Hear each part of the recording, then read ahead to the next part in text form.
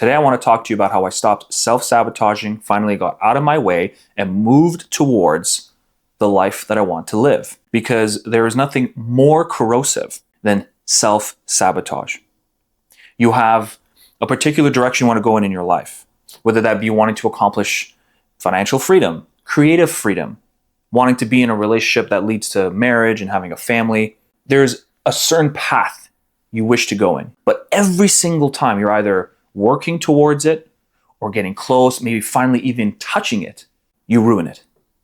You get in your way, you either talk yourself into a myriad of scenarios that get you to say, you know what, no, this is the way I want to go. Or perhaps you actually, when you, let's say, gain some financial freedom, you have the impulse to spend it all. Or after years of building a relationship, you actually start to almost want to push them away.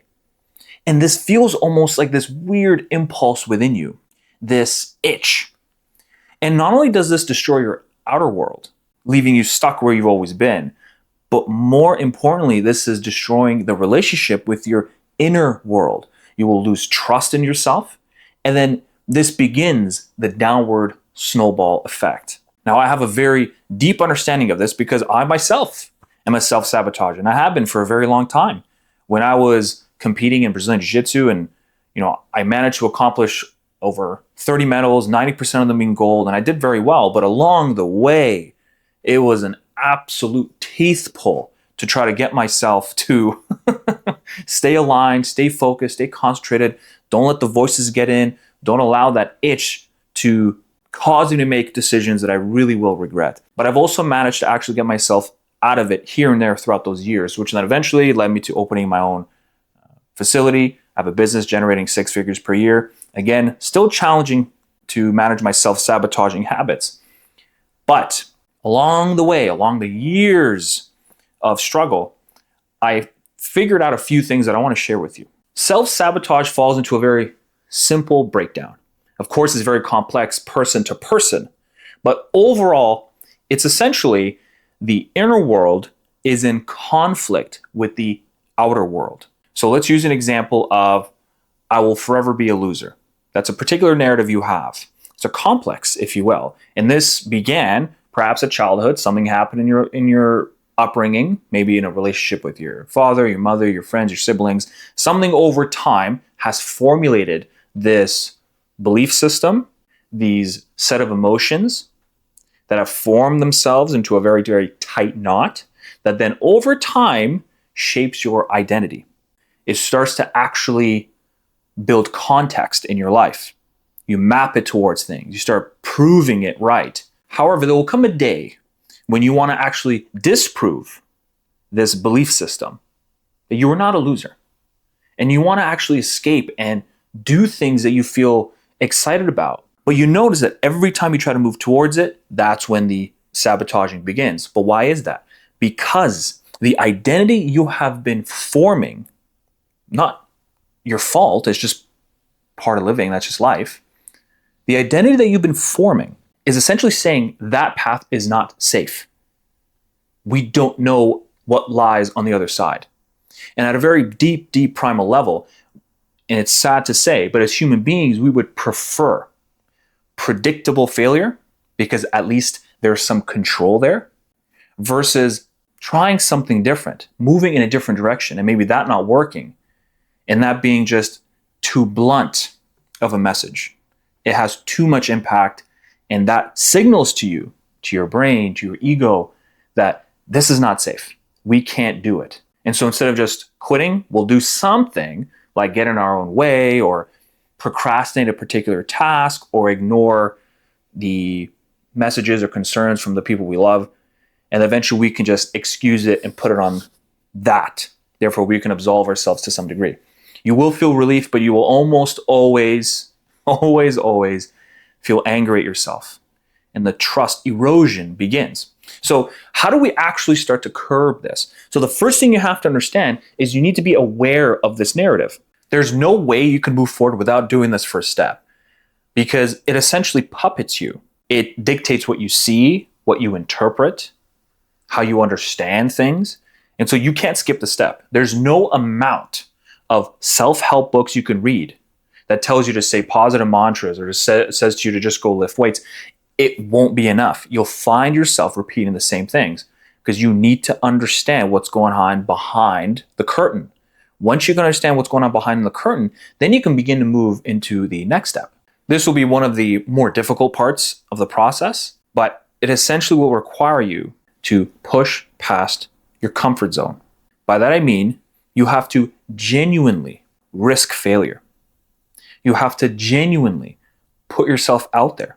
Why is that? Because if safety is one of the main concerns, predictable failure is more comfortable than the unknown.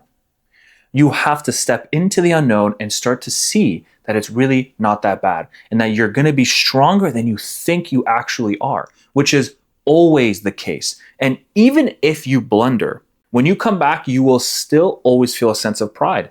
You will, because you tried. The previous you, years ago, would have never thought to do that, would have never thought to actually put yourself in a position of either you're going to succeed at this or you're going to fail at this. And that feeling is going to reward you, which is going to give you the fuel to move forward. Now, I'm going to be absolutely blunt with you here. There will be at some point, as you start to venture outside your comfort zone, and as you build up what I call the impulse to change. When the impulse to change is essentially you're stuck in a particular identity for so long that you feel this urge in you that you want to just break out of it. And it's this sense of fire, motivation that comes up, and you start taking action on it, and you start seeing changes in your life. There will be a death. Your identity will eventually collapse, and it will be very painful. Why is that? Because even if there's been negative things associated with that identity that you've been sabotaging yourself and making your life not move forward, even if that's the case, there's still good parts in there. There are parts that you've admired, you feel comfortable in, you love, and you enjoy, brings you pleasure. It's not all bad. But unfortunately, as you progress towards and you move in this journey, that will dissolve. The bad will dissolve, but the good will dissolve. And when the good dissolves, it will be extremely painful. You're going to feel confused. You don't know which way to go because you're being reoriented. It is actually one of the most powerful moments of your life. Because as you shed away the old identity, you are building the new one. The individual who trusts themselves again, the individual who actually can move towards a path, not afraid of failure, but just overall excited about this new person you're becoming. And that's really what I want you to focus on as this happens, is focus on who you're becoming and what it's changing you into. And forget all the outward metrics. The only way you can pay attention, or I should say, the one way you can pay attention to these outward metrics is just simply to make sure you're moving in the right direction. You're not spending too much of your money, or you're not getting involved with people you shouldn't get involved with. You can use your common sense in that direction. You know what to do. However, by focusing on the process of who you're becoming, that is when you're going to throw yourself into a positive upward spiral. Along the way, I've built a formula, I've built a process to make this a lot easier. So down below, I have a bunch of things you can take advantage of. Obviously, for those that are really ready for change and you want to break out of this self-sabotaging habit and finally just trust yourself again, move in a direction that you feel excited, confident, something you know you want to do, but just were never able to actually make it happen. So for those people, I have a mentorship program you can take advantage of. And for the rest of you, if you're new to the channel, you can go ahead and look at the other two links that I have. One of them is a free guide on self-sabotage and how to deconstruct it. And then I also provide free guidance sessions. And that's right, I do free one-on-one sessions for any of you that wants to. The only exchange would be that I record it and I put it up on YouTube. Now, I know there's a vulnerability aspect to it, and it will take some courage. So yes, it won't be for everybody, but if you're a driven individual and you're ready for some change, you want to try something different, you can take advantage of it. And look, if it doesn't go well, I won't upload it. This isn't for views. This isn't for anything else other than I want to provide more help. And in return, we can help others. You wouldn't believe how effective your stories can be because you feel you're alone. But until you listen to someone who's been through the exact same thing, that all of a sudden it brings context back into your life. It reorients you, makes you feel more out of the darkness. And it also provides a community now We're a community of individuals who have self-sabotaged their whole life and are tired of it and they want something different. So feel free, whatever is fit for your life right now, I'm ready to help. Thank you very much, and I'll see you on the next video.